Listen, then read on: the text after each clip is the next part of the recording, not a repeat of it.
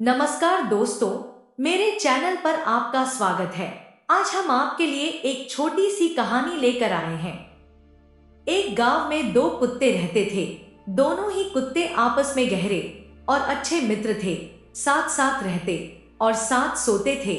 उनमें से एक कुत्ता काला था तो उसका नाम कालू था। दूसरा कुत्ता भूरे रंग का था तो उसका नाम भूरा था। एक दिन दोनों कुत्तों ने तीर्थ यात्रा करने की सोची, किंतु वे रास्ता नहीं जानते थे। दोनों ने निश्चय किया कि यात्रा शुरू तो करें, रास्ता तो अपने आप निकल आएगा। और इसी सोच के साथ उन दोनों ने अपनी तीर्थ यात्रा एक साथ शुरू कर दी। चलते चलते उन्हें एक गांव दिखा। काफी रात भी हो गई थी तो वह दोनों एक पेड़ के नीचे सो गए। काफी थके होने के कारण उन्हें नींद आ गई और फिर सुबह होने पर फिर से अपनी यात्रा पर निकल पड़े। उस गांव को पार किया, फिर दूसरे गांव के पास पहुंचने पर उन्हें भूख लगी। वहां उन्हें 4-5 चूहे दिखाई दिए। भूरे की पूंछ खड़ी हो गई। वह कालू से कहता है, क्यों भाई, आप फरमाओ तो मैं इन 3-4 चूहों की चटनी बना डालूं। कालू ने गर्दन हिलाकर कहा, नहीं भाई, हम तीर्थ यात्रा पर निकले हैं और तीर्थ यात्रा में किसी की हत्या करना पाप होता है। तो आप कोई दूसरा उपाय खोजो जिसमें कोई जीव की हत्या ना हो तथा हमें कुछ ऐसा ना खाना पड़े जिससे हमारी तीर्थ यात्रा भंग हो। हमको इस यात्रा में जो कुछ रूखा सूखा मिलेगा हम वह ही खा लेंगे, पर किसी की हत्या नहीं करेंगे। दोनों कुत्ते एक मंदिर के पास जाकर रुक गए। कुछ देर आराम करने के पश्चात दोनों ने फैसला किया कि अलग अलग दिशा की ओर चलना चाहिए। जिसको जो मिलेगा खा लेंगे। अगर हम एक साथ चलते तो दोनों में से किसी का भी पेट नहीं भरेगा। कालू और भूरा दोनों अलग अलग दिशा में निकल गए। जाने से पहले उन्होंने तय कर लिया कि वे वापस आकर इसी जगह पर मिलेंगे। भूरा कुत्ता चलते चलते एक गांव में पहुंचा। वहां एक पंडित रहता था। वह पूजा पाठ करके भोजन करने ही जा रहा था। उसकी पत्नी ने उसके लिए भोजन का थाल तैयार कर रखा था। पंडित ने भोजन को भोग लगाया ही था कि भूरे कुत्ते ने झट से उसकी थाली में मुंह डाल दिया तथा एक रोटी उठाकर वहां से भाग गया।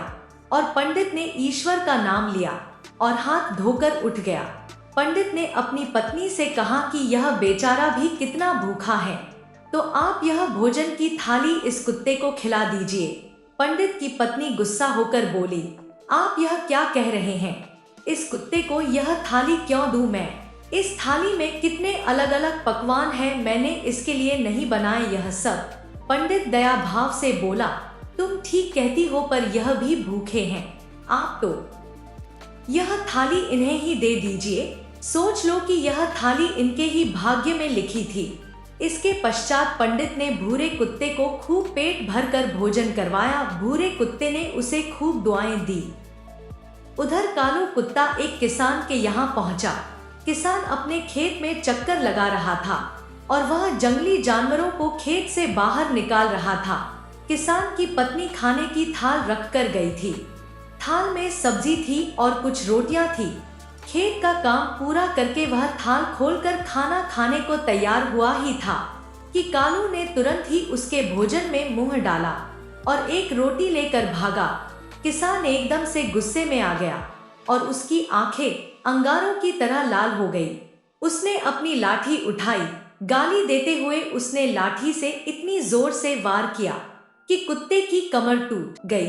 वह पीड़ा से चिल्लाने लगा। कमर टूट जाने के कारण वह भाग ही नहीं सकता था और वहीं गिर गया।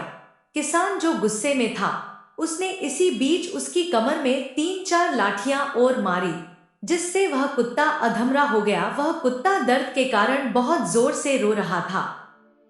उसका साथी लालू चौराहे पर खा पीकर आराम कर रहा था और उसका इंतजार कर रहा था। उसका साथी उसे कहीं भी नजर नहीं आ रहा था। लाचार और उदास होकर वह चौराहे पर बैठ गया।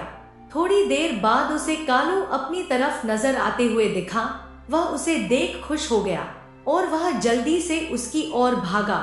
उसकी टूटी हुई कमर देखकर वह बहुत दुखी हुआ और पूछने लगा, भाई, तुम्हारे साथ ऐसी दुर्दशा किसने किया? कौन पापी है जिसने रोटी के लिए तुम्हारी कमर ही तोड़ डाली? कालू की आंखें भर आई। उसने पीड़ा से कहते हुए सारी बात सुनाई। कालू की बात सुनकर वह क्रोध तथा दुख में डूबकर बोला, मैं उससे अपना बदला जरूर लूंगा। उस किसान को बताऊंगा कि खुद की कमर किस प्रकार टूटती है तो कैसा लगता है। भूरा भी बोला, मुझे भी उस पंडित का कर्ज चुकाना है, उसने मुझ पर कितनी कृपा की है।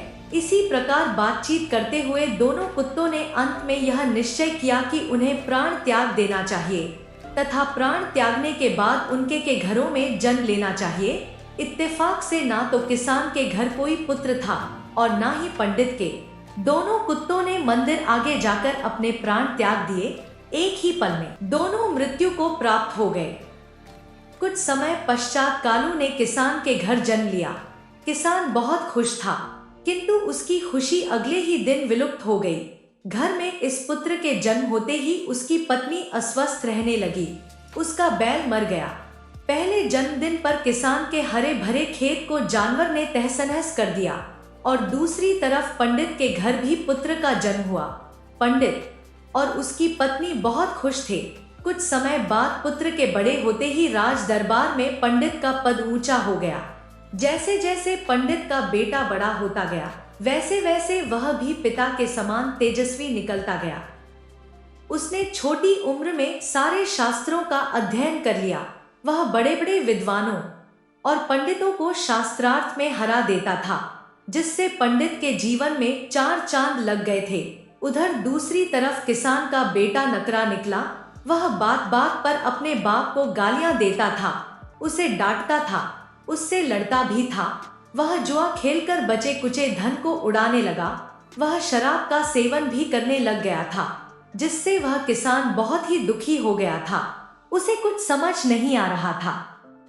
आखिर अंत में उसने सोचा कि इसको सुधारने का कोई उपाय करना चाहिए और वह अपने किसी मित्र से मिला और उस आदमी ने किसान को बोला, तुम इसकी शादी कर दो, शादी की नकेल अच्छों अच्छों को सीधा कर देती है। किसान ने तुरंत घर जाकर अपनी पत्नी को बात बताई और अपने बेटे की शादी करने की सोची। वह लड़की की तलाश करने लगा।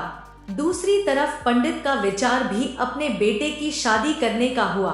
उसने भी अपने बेटे के लिए लड़की की तलाश की। कुछ दिनों बाद पंडित के बेटे का एक कन्या से उसका विवाह हो गया।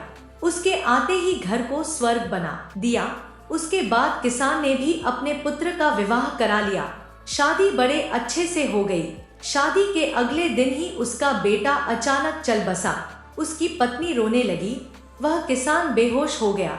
होश में आते ही वह दीवार से सिर मार मार कर रोने लगा और चिल्लाने लगा, हाय मेरा बेटा, मेरी कमर तोड़कर चला गया। पंडित का बेटा उसी गांव में कथा कह रहा था। कर्म एक ऐसी जगह है जहां हमें उसे बुलाने की जरूरत नहीं पड़ती। हमने जो पकाया होता है हमें वही मिलता है। इस संसार में जो जैसा कर्म करता है उसे वैसा ही फल प्राप्त होता है। जल्द ही या बाद में ब्रह्मांड आपको वह परोस देगा जिसके आप हकदार हैं। कर्म ही व्यक्ति की पहचान का मुख्य आधार होता है। आपके कर्म आपके चरित्र को परिलक्षित करते हैं। जीवन में सफलता प्राप्त करने के लिए हमें हमेशा सकारात्मक कर्म करने चाहिए, क्योंकि कर्म ही हमारे भविष्य को निर्धारित करते हैं। तो इस कहानी से आपको कुछ अच्छा सीखने को मिला होगा। ऐसे ही कुछ नई नई कहानी आपके लिए हम लेकर आते रहेंगे। हमारे साथ जुड़े रहने के लिए कृपया हमारा चैनल को सब्सक्राइब कर लेना और वीडियो अच्छी लगी है तो लाइक कर देना। हमेशा खुश रहो। भगवान आप पर कृपा बनाए रखे। जय बालाजी, जय हनुमान जी।